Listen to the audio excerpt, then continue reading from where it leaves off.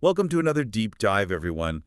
Today we're going to be tackling one of the most infamous serial killer cases in American history, the Golden State Killer. Absolutely. This one is a fascinating case. It is, it is. So just to give everybody a quick overview, the Golden State Killer wasn't always known by that name. Right.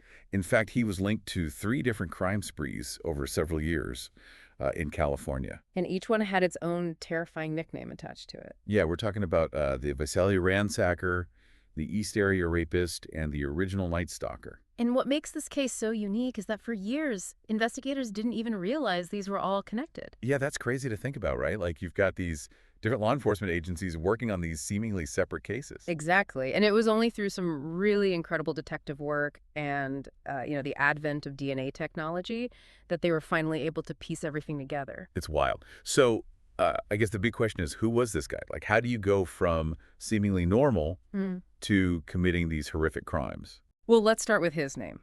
Joseph James DeAngelo Jr., born in 1945, seemingly ordinary beginning, served in Vietnam, went to college, got married, had kids. Wow, just hearing that, you'd never suspect. Right.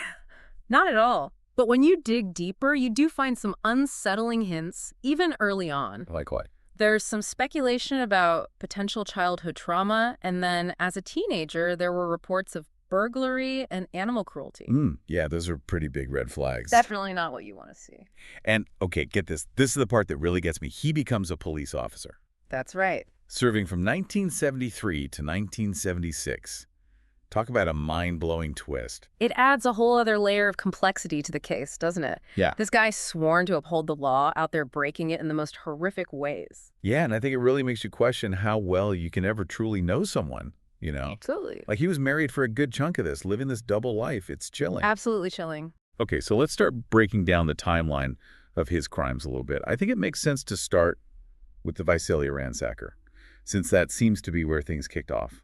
So the Visalia Ransacker was active from about 1974 to 1976. That's where investigators believe his criminal activity really began. And it started with burglaries, right? Tons of them.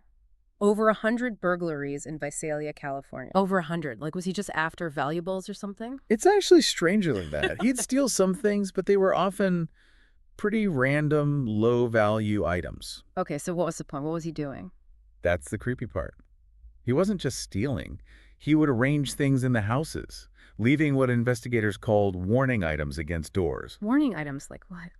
Things that would make a noise if the door was open. It's like he was trying to create this atmosphere of fear, toying with his victims. That is messed up. Yeah. And then you have the murder of Claude Snelling in 1975. Right. Tragic story. Snelling was a journalism professor who confronted DeAngelo when he was trying to kidnap his daughter. I remember reading about that case. Really heroic, but sadly, Snelling ended up being killed. Yeah. It's a turning point in DeAngelo's crimes. It shows the escalation of violence. And it didn't stop there, right? Yeah. Wasn't there also a case where he shot a police officer? Yes, Detective William McGowan was shot during a stakeout for the Visalia Ransacker. It was clear DeAngelo was becoming bolder, more dangerous. Makes you wonder if he, enjoyed the cat and mouse game with the police. It's possible. Okay, so then DeAngelo moves to the Sacramento area in 1976. That's right. And that's when the East Area Rapist emerges. Yes. And this is where things get even darker. Yeah, this is where the rakes begin. Exactly. And it was clear he was targeting women specifically. I read that he was incredibly methodical in his attacks, like he would stalk his victims for weeks. Absolutely. The level of premeditation was chilling. He'd target women who were alone or with children. And he would do things like unlock windows beforehand. Oh, yeah. So creepy. He knew exactly what he was doing. It was all planned out. And then the psychological torture. The phone calls. Oh, yeah. The potential written communication. He really wanted to instill fear. He wanted to control them. And then the attacks themselves. Breaking in, blinding the victims, using bindings and threats. It's just, I don't even know what to say. Yeah. It's horrific. And then there was that detail about him saying, "I hate you, Bonnie." Right. Who was Bonnie? Like, do we know? So there are theories. Okay. Some believe Bonnie might have been a reference to his ex-fiancée. Really? Who broke off their engagement, yeah. Oh, wow. It makes you wonder if there was some element of revenge driving him. That's disturbing. Twisted sense of projection. Yeah, taking his anger out on these innocent women. It's a possibility. And then in 1978, he kills the Maggiores. Yes. A young couple, Brian and Katie Maggiore, walking their dog. Completely, seemingly random. It really added to the fear. Like anyone could be next. It didn't matter who you were. Right. This wasn't just about rape anymore. It was about something much darker. It felt like he was playing God, deciding who lived and who died. And then, in 1979, he moves to Southern California, and his crimes continue. But now he's being called the original Night Stalker. Right. So he's down in Southern California, Yeah. and the rapes continue. But now they're often accompanied by murder. And the brutality, I mean, it was horrifying. Bludgeoning, gunshots. It sounds like the violence just escalated even further. Oh, absolutely. And he was still using those meticulous bindings. So why the name change? Like, why original Night Stalker all of a sudden? It's interesting, right? For years, investigators in Southern California didn't connect these crimes to the East Area Rapist. Really? They had no idea. So they were basically looking for two different guys. They were working completely separate cases, and it wasn't until much later that they realized it was the same person. Wow, so the different names actually hindered the investigation. For a long time, absolutely. Okay, so how did they eventually figure out that it was all connected? Well, there were a few clues along the way, but the most significant one was actually a pretty small detail. Oh, really? What was it? It was the use of a very specific knot. Okay. A diamond knot. A diamond knot. Oh. And this knot was found at both the East Area Rapist and the original Night Stalker crime scenes. So that was the link. That's what finally connected the two. It's amazing how something so small can be so crucial, right? It's true. Sometimes it's the tiniest details that make all the difference. And then, of course, there's the whole evolution of DNA technology. Right. That played a huge role in this case. I mean, it's become such a game changer for solving crimes. Oh, absolutely. I mean, in 2001, DNA evidence officially connected the East Area Rapist and the original Night Stalker. Which was huge. A massive breakthrough. But it still took years to actually catch him. Yeah, it's wild, right? I mean, this guy managed to evade capture for decades. It's incredible. But investigators, to their credit, never gave up. Yeah, I remember in 2016, the FBI made this big push to finally solve the case. They did. Put out a $50,000 reward, kind of tried to get the public involved again. They really wanted to drum up some new leads. Yeah, and it was right around that same time that we saw this huge advancement in forensic science. You're talking about genetic genealogy. Yeah. That's right. Tell me about that. So genetic genealogy basically allows investigators to use public DNA databases to try and find relatives of a suspect. Wow. So they're building out family trees based on DNA matches, and they keep narrowing it down until they have a potential suspect. So in this case, they used DNA from crime scenes to track down his family. Exactly. It sounds like something out of a movie. It does, doesn't it? I mean, how crazy is that? It's pretty wild, but it's incredibly powerful. And it worked. It did. In 2018, they finally identified Joseph James DeAngelo Jr. The Golden State Killer had a name. after more than 40 years. Amazing. It's hard to imagine what that must have been like for the victims, you know, It's hard to fathom. after all those years to finally have some answers. To finally have some closure.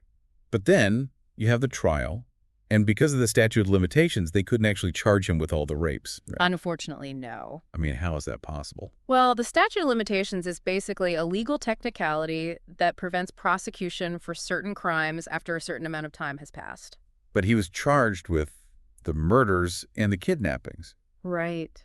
So what happened? How did the trial go? Well, in 2020, DeAngelo actually pleaded guilty to all charges. It was a bit of a surprise, but I think it was a strategic move to avoid the death penalty. Interesting. So he's spending the rest of his life in prison. Exactly. Justice was served. I remember when he confessed, he said something really weird. Something about an inner personality named Jerry. Oh, yeah, that was strange. I'm not sure what to make of that. I mean, was he trying to claim he had multiple personalities or something? Maybe. I mean, he did have a degree in criminal justice. It makes you wonder if he was trying to manipulate the system somehow. Yeah. Like, was this Jerry just a way to avoid responsibility? It's possible, but we may never know for sure what was going on in his head. Regardless, though, like, the impact of his crimes on the victims is undeniable. Absolutely. I mean, for these people, it wasn't just like a case you read about in the news. No. These were their lives. They lived through this nightmare. And to finally, have this guy behind bars. It's got to be a huge weight lifted. Yeah, but I also imagine it brings up a lot of old trauma, right? Absolutely. Many of them had to face DeAngelo in court. Oh, wow. share their stories, relive those horrific experiences. That takes so much courage. It really does. And I think it's important to remember that, the ripple effects of these crimes, they go way beyond just the immediate victim. Oh, for sure. Entire communities were terrorized by this guy. People were living in fear for years. I mean, can you imagine? You don't know who's out there, who's capable of It this. changes the way you see the world. It's like a loss of innocence almost. It makes you realize that even in seemingly safe, ordinary places, bad things can happen. Absolutely. Man, this case is just so heavy. Yeah, it is.